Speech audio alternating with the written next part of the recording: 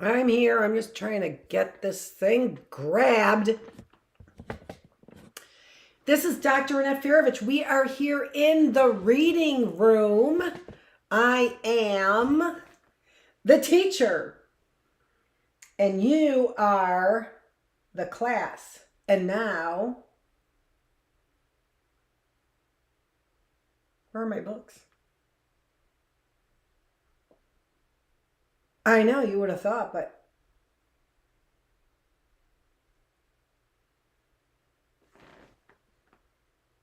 what in the world? All right, I have been moving my books around, but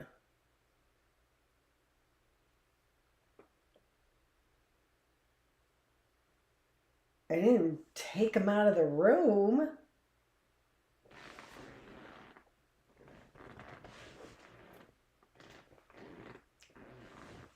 All right, folks, we might not be able to get to being Catholic now because I just lost the book. Which can't be true. So let me just go about trying to find the book. We'll be right back. Sorry about that. Wow. I always hate to not get started anymore because of all that lag time. But what are you going to do?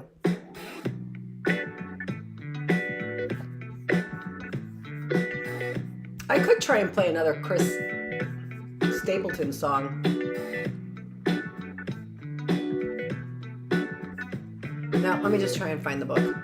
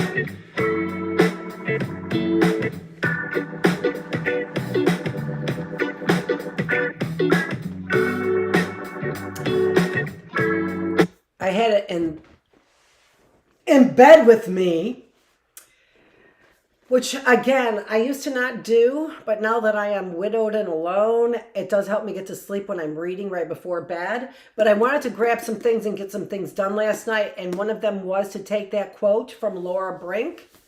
Brinkmanship? Are you kidding me? Stop with the nonsense. And I got that quote for our philosophical classroom. So if you want to know what quote that is and what we talked about from that, the inspiration that excerpt gave me from our Being Catholic Now, 37 different excerpts from different Catholics. The book is by Kerry Kennedy. And so we are, as we do in the reading room, we read. Why not? Gives you a chance, gives me a chance, right? You can go about your business doing your housework if you want to. If if you're so annoyed with the fact that I'm not just completely reading, you're in the wrong class. Today we are reading about Ingrid Mattson.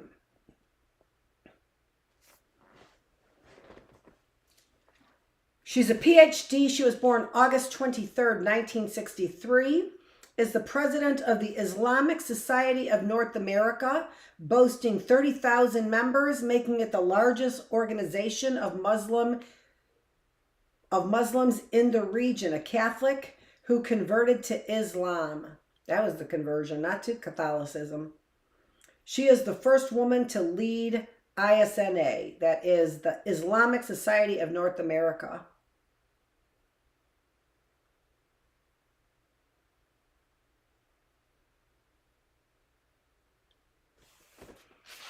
Very interesting. Let's see what she has to say.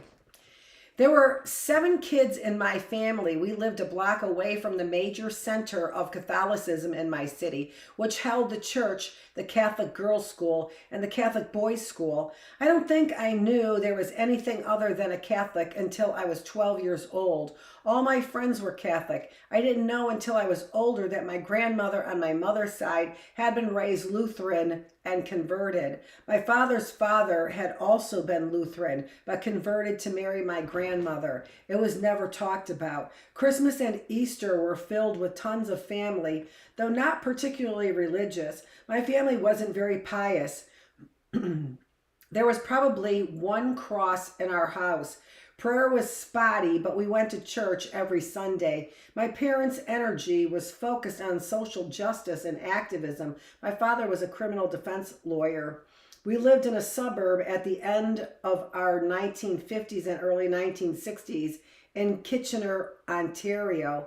One day my sister came home and said, "I want a bike like so-and-so," and my mother decided that was it. They moved us right downtown to be in a more diverse working class neighborhood. It was a deliberate effort on my parents' part for us to feel a sense of gratitude for what we had. When we were growing up, our house was filled with juvenile delinquents. There was always someone who was in trouble living with us. One of my dad's juvenile clients, someone out of work, or some ex-con hanging around. Christmas dinner at our house was the combination of Jesus and the tax collector. 2 years ago, my oldest brother, who became a criminal defense lawyer like my dad, had this client who was an international student from China accused of murder.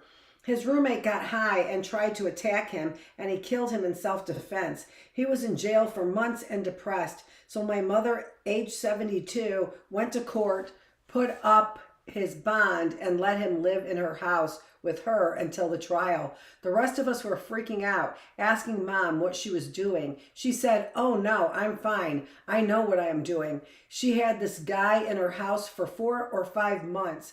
She would take him to the police station at the end of the block every day. He couldn't leave the house without her, so she'd drag him out and go to the store. And now he's part of the family. He was found innocent. Community service was a real part of our life. I was in grade 5 or 6 when I started volunteering at a home for severely disabled children. My parents never said no when we asked to visit friends, even those who lived in tough neighborhoods. One of my best friend's mother was an alcoholic and her father was unemployed. My parents trusted that we'd be okay. For me, church was closely associated with spirituality. I was probably the most religious person in my family. I remember saying, "I think we should pray, say grace," or something like that. I've always been the kind of person who follows the rules, but I wanted more. During Lent and Advent, I used to go to church every day. Rather than going home for lunch, I'd go to Mass. I liked going by myself to the convent. It was very quiet and clean, whereas growing up in a big family is always noisy and chaotic. While I was in elementary school, the church was transitioning from the old orders to the modern guitar strumming nuns. That was confusing for all of us. It was nice to have nuns who actually talked to you rather than yelled at you. But it did definitely take some of the mystery out of it, and it made them less special in a way when they took off the habit and looked just like everyone else. In a good way, the barriers came down. But I think in some other ways, it also made people less respectful of what they had to offer that was unique. That's an interesting little dichotomy when you feel like the realization of your emperor, your God, your whoever takes the pants off and you find out that they're just human, and you're like, that's a disappointment. It's easy not to believe in an ulterior kind of motive for everybody, right? Or an ulterior plan for everybody.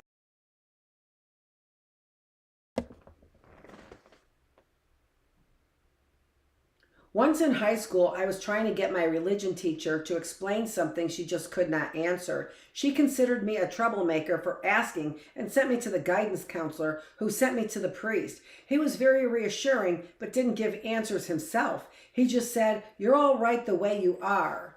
I think I felt, and I remember that with Father Giamona, I think I felt that at least dogmatically the Catholic Church wasn't capable of providing kinds of answers that I needed. I didn't feel I was getting a coherent framework for what they were saying. I was sad to leave, but I felt like I would be hypocritical to stay.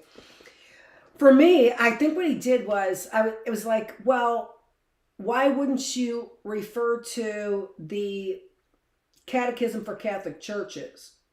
In order, which so that actually gave me some very sound answers, as I've brought up in my classrooms before, including the spiritual classroom and probably a philosophical classroom as well, looking at the Catechism for the Catholic Church. And I had my hard copy. Where's my hard copy?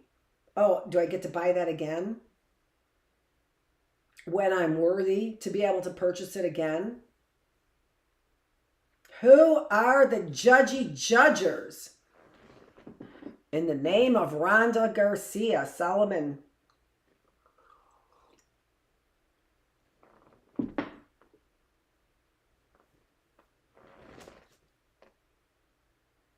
Yeah.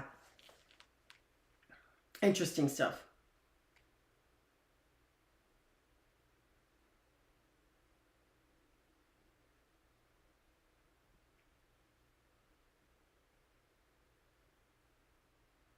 I stopped going to church because I realized I didn't believe in what was going on there.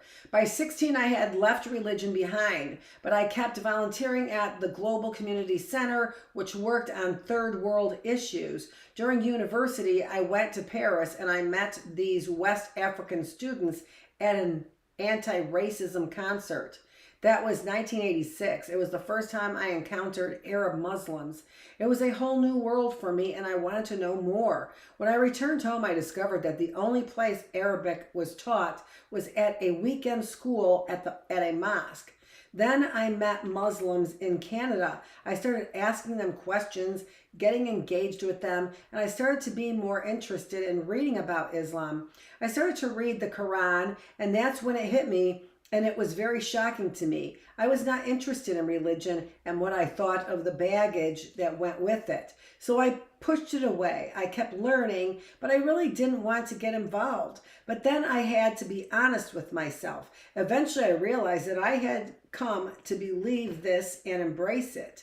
I don't know if it was a calling. I was simply being honest about what had become my inner beliefs and feelings. Islam, the Quran, the practices that I was learning, prayer, all were being transmitted by this community. I realized that these spiritual practices were being sustained by a community that I should be a part of. Yeah, not so much embraced though over there with a bunch of Christians. I remember thinking that after talking to a lot of the Muslims over at Wayne State, that there was certainly a strong foundation, but it was never wrapped up in a religion for me. Especially when you got bogged down by all the rules. Praying 5 times a day, making sure you face east, and here's your sundial to calculate. Because that's actually something like what they do to make sure that you are at those times all around the world. What the hell? I need a mystic psychic to be able to tell me when I'm supposed to be praying at the right time. Otherwise, what? See, that's a part of it that, really needs revamping a little bit. But my perspective on it might need revamping as well. Because I don't even know. Maybe they just do 5 times. I don't think so. When I was young, I was uncomfortable. I don't know if I read this. I don't know if it was a calling. I was simply being honest about what had become my inner feelings about Islam, the Quran. I did say it. When I was young, I was uncomfortable with the overly realistic representational art in Catholic churches because I felt that it was taking me away from where I felt my spiritual connection. The Quran and the words and the images very much connected with the naive spirituality that I had as a child, or maybe that more innate spirituality that I felt had been boxed in by the art. I like Islam's sense of connection through generations. Tradition is important, but it is a tradition in the sense of trying to reproduce the actions of the Prophet Muhammad, particularly in actions of worship. Sitting at the back of a mosque one day, I noticed my son standing beside his Quran teacher, giving sidelong glances and trying to adjust his movement to be just like his teacher. His teacher had learned that also, studying, trying to do it just the way that he thought the Prophet Muhammad had done it. Well, then it sounds like no thinking involved. I like the idea of that kind of connection, that linkage over generations, and that continuity. People make this caricature of Islam that in Islam God is distant and transcendent, whereas in Christianity, because Jesus is incarnate, it's more human, so people can connect. But that's not how we look at it. The way we look at it, like Dr. Umar Farouk Abd Allah says, the creation is like a smooth, beautiful lake on a cloudless night, where in the lake you see the reflection of the sky. You can't capture the sky, but you can get such a beautiful reflection. You see the reflection and you're almost fooled by it. That's the idea of these attributes of God that are dispersing through creation and that we have to try to amplify in ourselves. The more and more we do that, the more we come to understand God. This is where I see the connection with the inspiring nuns I grew up with. I don't see that inspiration in the Islamic faith, though. Connections with the, that you're looking at the attributes of God dispersed through creation. Not if there's an anger about such injustices, but I get it since I have this, righteous indignation as well. The nuns were all about activity and reflecting those attributes. So in some ways, I am kind of like a nun. You're experiencing a small, in lots of ways. You're experiencing a small part of love and mercy that is huge and endless. That's what gives you hope when you feel pessimistic and there is so much suffering in the world. One of the reasons that as a Muslim I feel a sense of closeness to many Catholics is that we share the same sense that if you want to be close to God, you must demonstrate love. Women complain about their mosque, about their lack of representation and space. And I say no taxation without representation. Why are you donating to them? Why are you cooking for their potlucks? Use that power of your voluntary work, of your money, to tell them this is our community too. Either recognize us as part of it, or we have to find a community that will. As a Muslim, certainly after September 11th, I felt ashamed. Not that we have any responsibility for it, but just for it to be done in the name of Islam was so terrible and so shameful. That was devastating for my kids too. They were very unself-conscious Muslims, but suddenly they felt the self-consciousness. Every child grows up with challenges, but I see the difference in someone who feels discrimination. There was a significant amount of time where my son would come home from school and the teacher would be mad and he'd say, they're racist. And we'd say, no, you weren't behaving well in the class. We didn't want him to get used to using that or seeing that in everything. But it's the reality of America. Racism is strong. The Quran describes paradise in all sorts of ways as a beautiful, luxurious place with gardens and rivers, a place of comfort and ease where people will have purified companions. But there are all sorts of other descriptions. People are attached to whatever resonates most with them. For me, there's a statement in the Quran that there will be no idle talk, and I love that idea. There is this description of the people who die, and for some people, when their soul comes out, if they're very attached to the bad things of this life, it's a very painful process. But for those who have been working to seek the pleasure of God, it's just this very easy, smooth transition. The more you experience God in your life here, the more you're already there. It's not really this big cutoff point. It's something that you are getting closer to all the time. The biggest challenge of our time is militarism. And if I were Pope, I'd like to see what would happen after a year of complete withdrawal from anything that has to do with militarism. It's interesting because you can see that they were always asking them certain questions, right? To try things to think about. So a lot of them are answering the question, what would I do if I were Pope, right? We should put the same money, time, creativity, and thought that we're putting into waging war toward resolving conflicts peacefully and addressing the grievances of the people. I think this is the major moral issue of our time. Amen. That we need to really face up to what that cost is. And most of the cost is a verbal recognition, but a true verbal recognition for every one of those voices, right? Say my name. Say my name. Amen, sisters. So we are going to continue with Being Catholic Now. That was only one of them, but whatevs. Right? What time did we start? A good 15 and a half minutes ago. The next person that we're going to read about is a Catholic priest, Brian Heber. He/her. Oh, that's a nice name. Brian He/her. J. Brian He/her.